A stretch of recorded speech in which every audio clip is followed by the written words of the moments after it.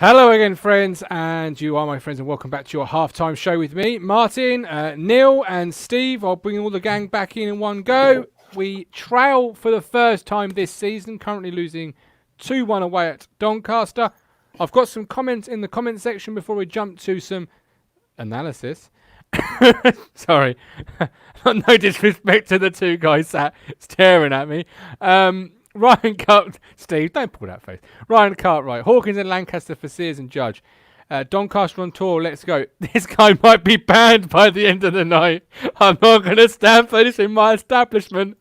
Callie, Bish for Nolan, Sid Driver, Judge needs to be subbed. Get Jack on, somebody who's hungry. And Sid, by the way, congratulations on passing your driving test. Many, many congratulations. Sore feet, Judge offers nothing. Andrew Arban, the real John Nolan is back. Eric Clacton, mental defending. Sid Driver, big second half ahead. Boys got to go for it. Said before kickoff, I'd be happy with 4 points from the next two games. So, we are trailing 2-1. We've all got different thoughts. Let's start with some positives first and foremost. Great goal. Chambo, it's almost like he's a right back. Yeah, funny that. He's been doing all right, hasn't he? Some great footwork up and down the pitch. Brilliant. Absolutely. That ball for the goal, Neil, was almost a winger sort of cross. It was into the corridor of uncertainty. And as a centre-half, you don't know whether to attack it, to leave it. You really need your goalie there to help you out, don't you? Yeah. Basically, that was just thank you very much. I had a little giggle to myself when the defender slid in and 1-0 up, job done. Absolutely, yeah. And I hate that as a centre half when I was playing defence. You know, it really is. It's called the corridor of uncertainty for a reason, and that's the very reason. You're just not sure how to deal with it. JT, after the first 15 minutes, we suddenly started dropping really deep and passing through the air instead of on the ground. Do you think our midfield disappeared after we scored the goal?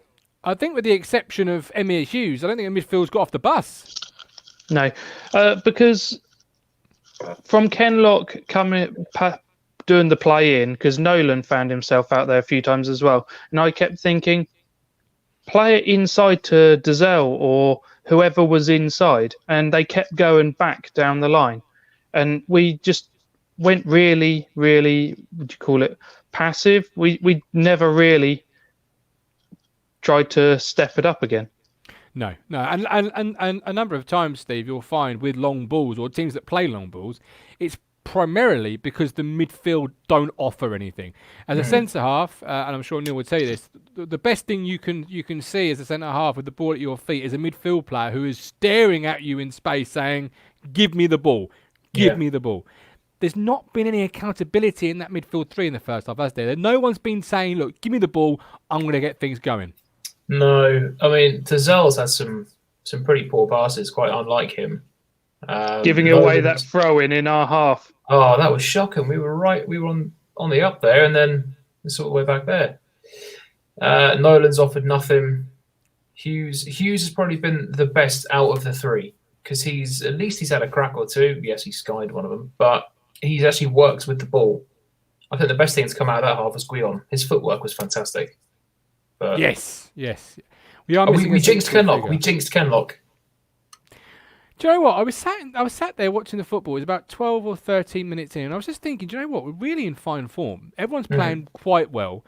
We're a goal up. It's ticking. And then just as I thought that to myself, I was eating my dinner, Kenlock let it go out of play. Like, not under any pressure, an unforced error. And that's kind of in the first half, isn't it? We've been the architects of our own downfall. It's been unforced errors. If this was tennis, you'd have the graphics showing unforced errors, right? And we'd be winning it by such a margin because we've been the architect of our own downfall. Judge has offered very little, as people have said in the chat. He had a good touch for the goal, and that was about it. Yep. Leighton Durrant, very poor. I don't like these triangles we play inside our own box. Then just lump it forward after going nowhere. Richard Lee, as we expect against a better team, you need a quality striker to take pressure off the defence. We don't have that. Jacob Farrow, Kenlock looks like a lost puppy today. Needs a kick up to the backside, unlike him in his good form. And Matthew Neal only playing quite well. I'm glad we are still in the game. And Lee Brown for the benefit of fairness says, here come all the moaning comments, dread to think if we lose. I just report what I see and then what you guys tell me to say. So if you've got a positive comment, Lee, let me know. I think we need to take this with a pinch of salt. Just we'll get ourselves back together and go out for the second half. And yeah, Dazelle, we always knew that he can have mistakes in his locker. Is now done that. Right, go out there and do what we know you can also do. Yeah. Oh, absolutely. The game's here to be won, isn't it? It's still here to be won. Believe it or not, I still feel the game is here to be won. On the whole, we haven't actually played badly. No, we haven't been amazing, but on the also, we've been no worse than they have. No, they've just been more clinical when they've been gifted efforts. Let's talk about the first goal because we were talking off air, Neil, and we're in slight disagreement.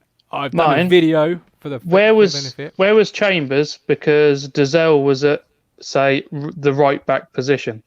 Why was he not in front of the defence? Well, he was caught out of position because we gave possession. We turned possession over fairly quickly for their goal. Now there's conflicting rumours. I blame James Wilson for the first goal. I think Neil has Toto down for it. I know Alex Matthew had Toto down for it. The thing is, right, you said one of them was the correct side to go for the challenge in the first place. For me, I don't go a whole lot on that. You know, before you go out to play the game, who is doing what role. You talk to each other all game long. You know what each other are doing. So why they've both gone, because for me, Wilson's there first, is slower at going about it, rather than Enciala, who has come in second, but has steamed there and beaten him to it. Why he's done that, I don't know. He then finds himself past, in nowhere where he, doing nothing at all, basically. Is then, for me, his man is then number 24, which is actually the goal scorer. Well, no, his man is then space. His man is then space. No, because he's done that challenge. The ball's bounced back to number 24. His man is then number 24 because Wilson's got the man who just got challenged. Then, like I say, 24 passed it sideways and then made a run. Enciala did not follow 24. And that player played it into him, in which you could also say, Wilson, why weren't you watching him make a run? But his man was, like I say, the striker that they initially challenged, because you see him then turning away from him to try and go after the man that Enciala let run through, number 24. Yeah. Okay, I saw it slightly different. For me, as a defender, first and foremost, communication is always the key, and that's not what's happened here. And also, Kenlock was slow. He was just standing alongside Wilson, and he never went anywhere. If he was up in their faces, the other guy wouldn't have been able to play in number 24 like he did. But then, they're missing Stephen Ward. We are ever so slightly, but with that, Wilson can see the whole pitch. So when you say you don't go in for it's not your man to go into, Wilson can see the whole field. He doesn't need to come and join Enciala into that challenge. He can allow the player to go slightly, because he comes from the left of Enciala's left shoulder. So Enciala's slow reacting because he doesn't see him until he enters the vision. Wilson doesn't need to come with him. You just tell him, Toto, man, or as Kieran used to say, Neil, man hard, right?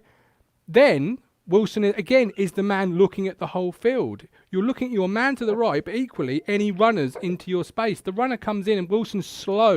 That split second of reaction time allows the player to get in. That's why I'm putting the blame there. But Matthew said Toto. Matthew's played the game. So, we can all say what we like. I mean, I've got my badges and I've got my opinions. But Alex did blame Toto. But then at the end of the half, Alex did say Toto has every right to go for the ball. And that's something that's true. As I said initially, they should know what their roles are and what they're doing.